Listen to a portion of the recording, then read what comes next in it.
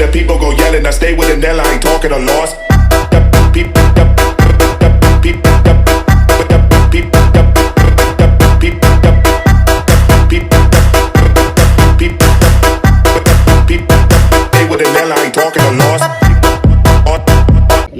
Kita tepungkan. Masanya apa? Untuk menghaluskan, ya. Karena jadi tingkat kehalusan pada pakan ikan itu sendiri akan membantu proses pertumbuhan. Semakin halus bahan baku, semakin bagus daya serapnya. Nah, di samping itu juga karena ikan nggak punya gigi, usus terlalu pendek, dia harus kita masukkan enzim buatan. Kenapa pakan ikan budidaya ikan boros di pakan? Karena ikan nggak bisa menghasilkan enzim. Nah, selama ini pakan nggak ada enzimnya. Ini baru inovasi baru lagi, namanya enzim itu. Sedangkan enzim nggak bisa dimasukkan waktu formulasi. Ada terkecualinya. Yang bisa dengan suhu tinggi, tahan dengan suhu tinggi, itu namanya fetase. Itu dari Jerman. Ya mohon maaf, itu saya dapat info semacam itu waktu saya ikut pameran-pameran tingkat Asia Pasifik. Kebetulan saya sendiri sering ikut pameran tingkat Asia Pasifik, ya. Tapi semua fasilitas dari pemerintah, dari kementerian. Itu ya. Jadi setelah penepung, baru kita hitung formulasinya. Mau kita bikinin untuk ikan apa, itu semua beda. Jadi bandeng beda, lele beda, nila beda. Nila pun enggak semua nila sama, dalam artian nila salin sama nila air tawar pakannya beda lagi, karena dia ada urusannya dengan ruang lingkup, ruang hidupnya. Satu di air tawar, saya di air AC.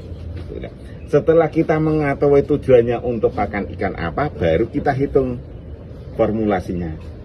Nah, di ikan sendiri itu ada yang pemakan daging, ada yang tumbuh-tumbuhan. Nah, di situ juga kita baru kembali lagi. Ya, misalkan yang daging, berarti termasuk lele, termasuk apa itu, bawal, itu kan juga daging banyak. Itulah, itu kebanyakan kita harus pakai tepung ikan. Nah, setelah kita mengetahui apa tujuan kita yang kita bikin, baru kita hitung formulasinya. Misalkan kita kan udah ada standarisasi produk pakan, istilahnya SNI. Kalau pakan lele berarti SNI-nya kita di angka 30. 1 nila, 20 bandeng berapa. Dari situ juga tidak semua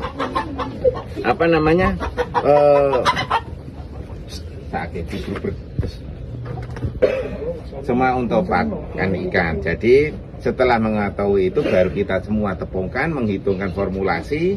Setelah kita hitung formulasinya, kita timbang satu-satu, tepung ikan berapa persen, terus tepung MBM itu biasanya daging dan tulang, itu berapa persen, tepung jagungnya berapa persen, tepung tapiokanya berapa persen, tepung kedelainya berapa persen. Kita hitung, klik, tujuannya kita berapa, baru kita cetak. Cetaknya pakai ini nah, ini pencetak. Ini di SMK juga udah punya sebenarnya. Kalau di SMK semua kan pakainya motor penggerak dinamo pakai listrik. Itu kemarin katanya sudah pakai makan tangannya Pak Karyo juga itu katanya loh. Tapi alhamdulillah selama ini, semoga aja nggak selamanya nggak kena.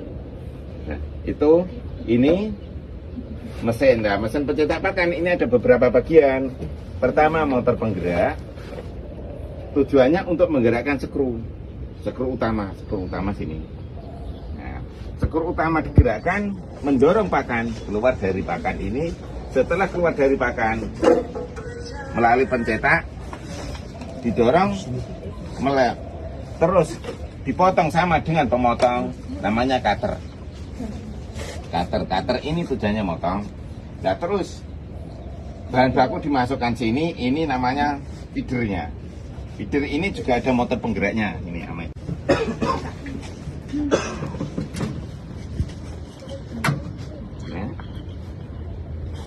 Ini kontrol, kok kontrol yang tujuannya untuk mengontrol menggerakkan ini semua. Ini feeder bahan baku yang sudah kita cetak tadi, kita timbang lagi, maaf lewat sebentar, dimasukkan ke dalam mixer pengaduk yang paling sana itu. Jadi di sana diaduk, baru masukin pencetak sini. Pencetak sini masuk, ini didorong, namanya feeder. Feeder ada dorongan feeder. Feeder ini nanti kita gerakkan, tapi posisi motor penggerak skru sudah jalan ya, contohnya aja ya, skru sudah jalan, baru feedernya kita nyalakan.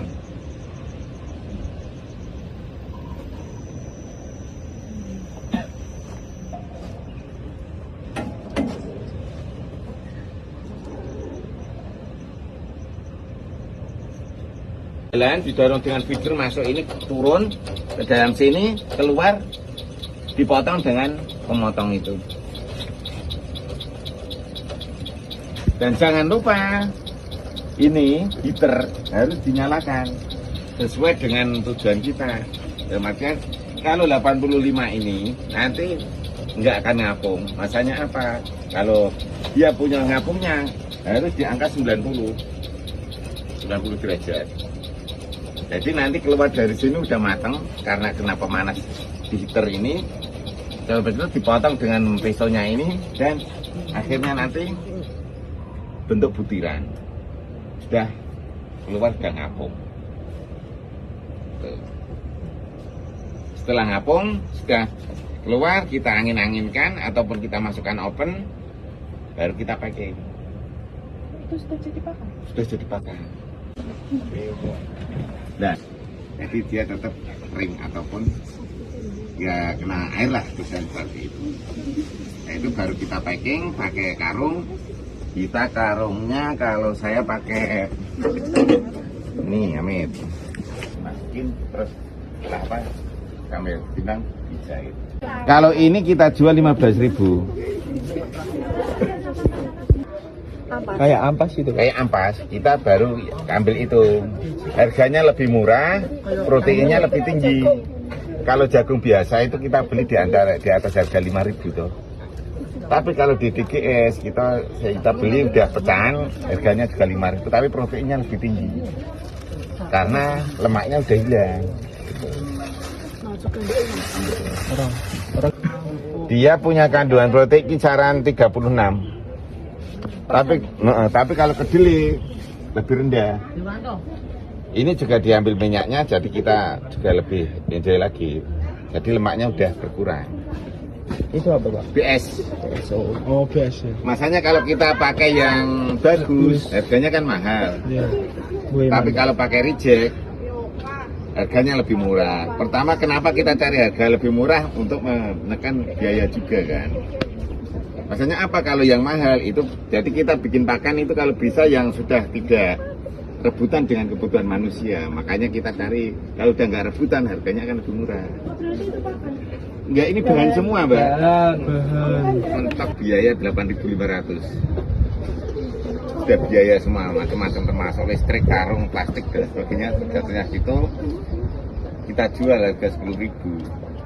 Bilang enak, ya memang enak.